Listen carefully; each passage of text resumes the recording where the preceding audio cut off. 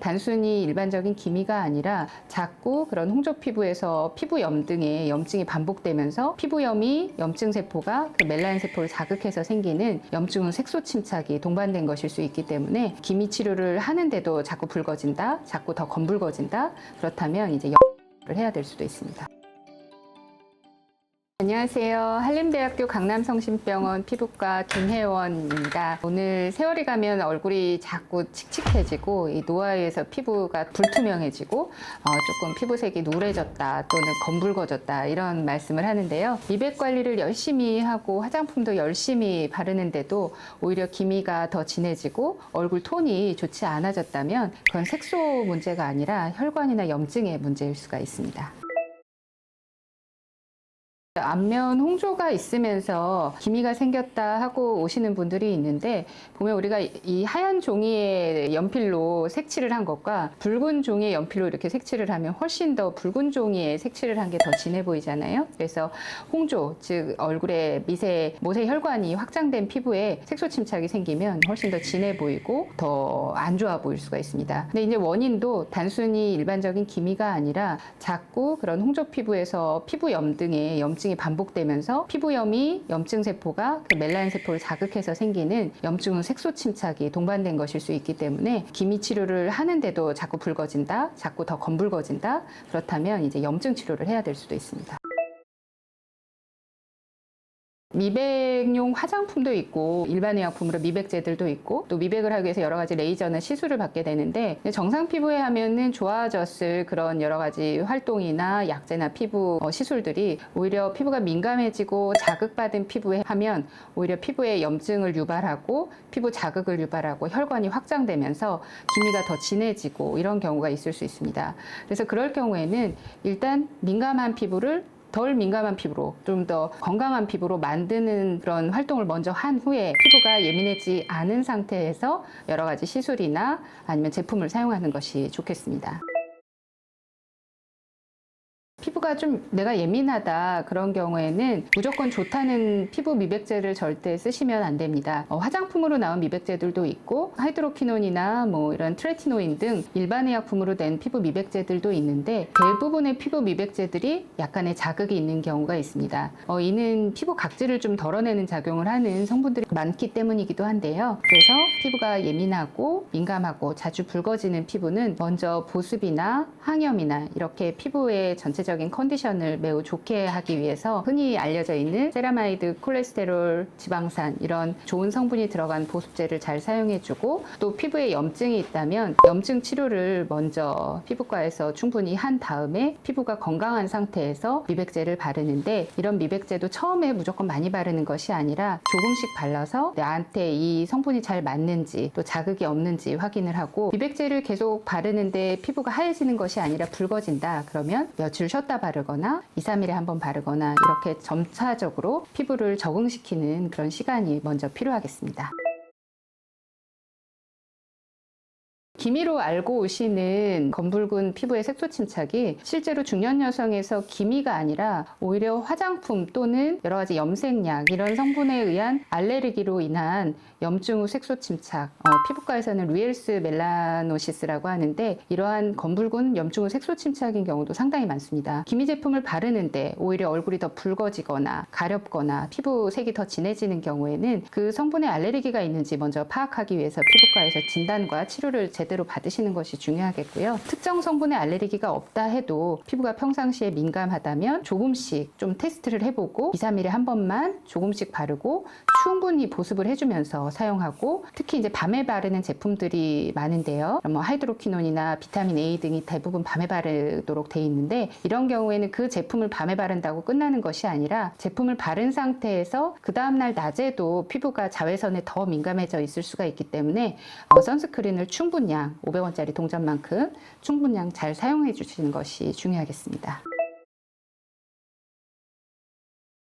네, 없앨 수 있습니다. 순서가 중요한데요. 처음에 민감한 피부를 민감하지 않은 피부로 돌리는 것이 필요한데 민감의 정도가 정말로 많이 따갑고 가렵고 이런 것이 매일 반복하는 피부라면 무조건 이제 자기가 어떻게 화장품을 바꿔보려고 노력하는 것이 아니라 적절히 치료를 먼저 받으시는 것이 중요합니다. 그래서 피부에 염증이 있으면 마치 이렇게 방에서 불을 계속 떼는 것처럼 불을 계속 떼면 종이가 그을르잖아요.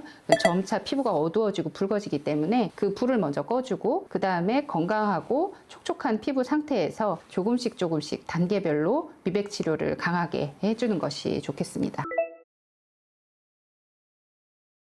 민감한데 자꾸 기미가 생기는 것 같다, 피부가 까매지는 것 같다, 이런 분들은 세안할 때도 조금 조심스럽게 하시는 것이 중요합니다. 피부 타입에 따라 다르겠지만 내가 그렇게 지성 피부가 아니고 조금 건성 또는 중건성인 경우에는 피부가 달아오르거나 가렵거나 따가운 경우에는 아침에는 물 세안만 해도 괜찮은 경우도 많습니다. 근데 피부가 뾰루지가 나거나 그러지 않는 경우에는 저녁에만 살짝 비누 세안을 해주시는데요. 세안을 할 때도 너무 막 문지르거나 뜨거운 물로 세안하지 말고 미온수로 세안하고 수건도 이렇게 막 문질러서 닦지 말고 조금 이제 두드려서 닦아주시는 것이 좋겠습니다. 그리고 두 번째로 진정용 토너에서 제가 닥토를 굉장히 싫어하는데 그것은 이제 건강한 피부는 괜찮겠지만 제가 워낙 민감하고 홍조가 있고 이런 분들이 잘못된 그런 토너 습관에 의해서 나빠지는 경우를 많이 봤기 때문인데요. 이렇게 피부를 자꾸 닦아내면 그 사이에 이제 필요한 이런 각질과 유분들이 빠져나가고 그러면 피부의 보호막이 사라지는 것이기 때문에 토너는 pH를 맞춰주는 적당한 그런 토너를 적당히 이렇게 사용해주면 충분하다고 생각합니다. 그리고 이제 미백 성분, 여러 가지 비타민 C라든지 비타민 A라든지 이런 여러 가지 미백 성분들이 있는데 대부분 조금 자극이 있는 경우가 있기 때문에 사용상의 주의사항을 확인하시는 것이 좋겠습니다. 특히 비타민 A와 같은 제품들은 의약품도 있고 화장품 성분들도 있는데 대부분이 밤에만 바르게 되어 있습니다. 낮에 바르면 햇빛에 워낙 민감해지기 때문에 밤에만 충분히 바르고 주무셔야 되고, 바르고 잤는데 그 다음날 아침에 따갑다 그러면은 며칠은 쉬었다가 다시 바르실 수는 있습니다. 그렇지만 따가울 때는 조금 쉬는 것이 중요하고, 또 말씀드린 것처럼 밤에 발랐을 때 그 다음날 아침에 햇빛에 대해서 더 민감해질 수 있기 때문에 자외선 차단제를 충분량 도포하시는 것이 좋습니다. 미백 제품이 처음에 이제 효과를 보다 보면 과량을 매일매일 바르시는 경우가 있는데 처음에는 붉은기가 없다가 많이 바르면서 붉어지는 경우도 있거든요. 처음에는 욕심 부리지 말고 조금씩 2, 3일에 한 번씩 이렇게 바르다가 내 피부가 좀 예민한 게 괜찮은지 이렇게 눈치를 보면서 매일매일 바르고 양도 조금씩 늘리고 이렇게 해보시는 것이 중요하겠습니다.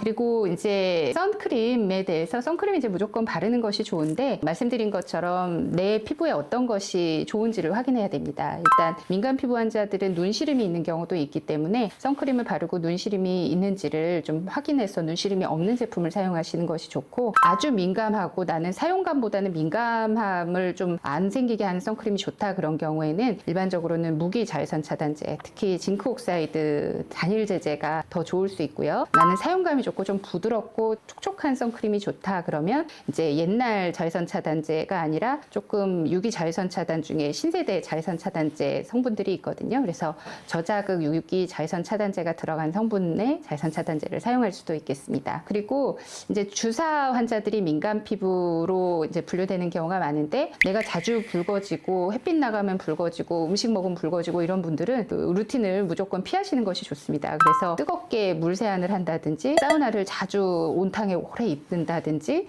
또 찜질방, 또 맵고 뜨거운 음식, 향신료, 또 술 이런 것들 좀 피하시는 것이 좋고요. 또한 이제 실내외 온도 차이가 우리나라는 큰 경우가 많기 때문에 집에 온습도계를 둬서 온도 차이가 크지 않고 습도도 어느 정도 유지되게 생활하시는 것이 좋겠습니다. 그래서 홍조는 그냥 얼굴이 빨갛다 이런 문제가 아니라 염증의 결과일 수 있기 때문에 홍조가 있으면서 색소 침착이 있으면 홍조가 생긴 원인을 먼저 치료를 하시는 것이 중요하고요. 그렇게 치료가 잘 되고 보습이 잘 된 피부 상태에서는 충분히 미백을 시도할 수 있습니다. 그놈의 염증 관리 말이죠. 그 염증 관리를 어떻게 해야 되는지. 일단 잠을 잘 자는 좀 왜냐하면 자체 회복이 되니까. 그리고 화장품을 이것저것 바르지 않는 것, 예전에 괜찮았던 화장품만 바르고 어떤 게 원인인지 찾아보는 것이 중요하고, 피부과에 가지 않아도 약국에서 그냥 살 수 있는 스테로이드도 7단계가 있거든요. 낮은 강도의 스테로이드를 2, 3일 정도 발랐는데 전혀 효과가 없다 그러면 이제 피부과에 방문하셔도 괜찮겠습니다.